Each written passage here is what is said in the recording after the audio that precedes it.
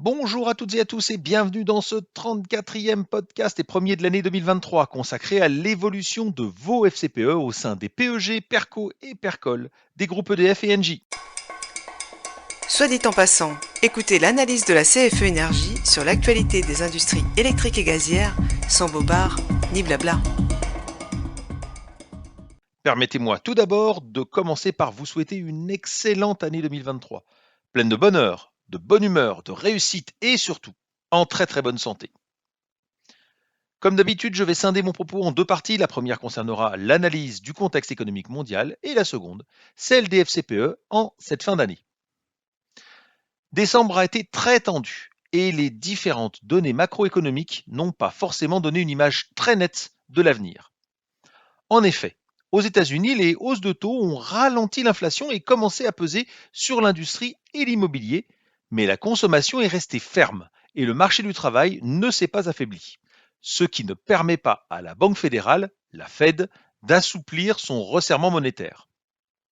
Certains observateurs y voient néanmoins le signe d'un ralentissement de l'économie américaine, ce qui convient clairement aux investisseurs très inquiets de voir les banques centrales faire une politique trop restrictive. Même situation en Europe où la BCE, après avoir fait les gros yeux, semble encline à adoucir son discours malgré la crise énergétique qui se propage dans l'industrie. Les prochains mois vont donc être extrêmement importants puisque le risque de récession pourrait s'écarter si la tension sur les prix venait à se stabiliser, voire à reculer.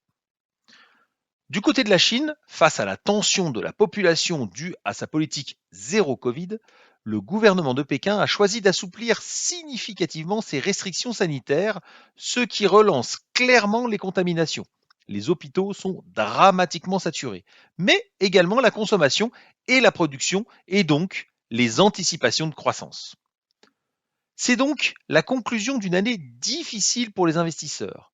La guerre en Ukraine, l'inflation qui déraille, le resserrement de la politique monétaire et une économie chinoise paralysée ont tous pesé sur le moral des financiers au cours de ces 12 derniers mois. Alors que les actions et les obligations chutent ensemble, il y a peu de secteurs boursiers dans lesquels se réfugier, à part l'énergie. Du côté des indices mondiaux, une fois n'est pas coutume, l'Europe s'en sort mieux que les États-Unis sur le mois de décembre, mais également sur toute l'année 2022. Ainsi, le CAC 40 et l'Eurostoxx 600 perdent respectivement 3,9 et 3,4% en décembre et 9,5 et 13% sur l'année 2022. Du côté des USA, le Dow Jones et le Nasdaq perdent 4,17 et 9,1% en décembre et au final, c'est une baisse de 8,78% sur l'année pour le Dow Jones, mais plus de 30% sur l'indice technologique du Nasdaq. Quant à lui, l'indice mondial du MSCI World perd 4,34% le mois dernier et 19,5% sur l'ensemble de l'année 2022. Pour terminer, l'année dernière aura été celle du dollar qui continue d'être considéré comme une valeur refuge. Même si l'euro a repris de la vigueur en décembre avec une hausse de 2,5% face au dollar, il aura quand même perdu presque 6% sur l'année 2022 à la faveur du billet vert. L'année boursière est donc un millésime à oublier en 2022. Et 2023 va rapidement nous donner son scénario avec des résultats annuels pour l'année passée et surtout des perspectives 2023 qui vont tomber dès la fin du mois de janvier et pendant tout le mois de février. Venons-en maintenant à nos FCPE qui reflètent parfaitement la tendance. Mis à part les fonds monétaires qui ont repris de la vigueur en cette fin d'année grâce à la remontée des taux, ils progressent encore de 0,15% en décembre, tous les autres fonds sont à la baisse de façon plus ou moins importante selon la part d'action qu'ils comportent.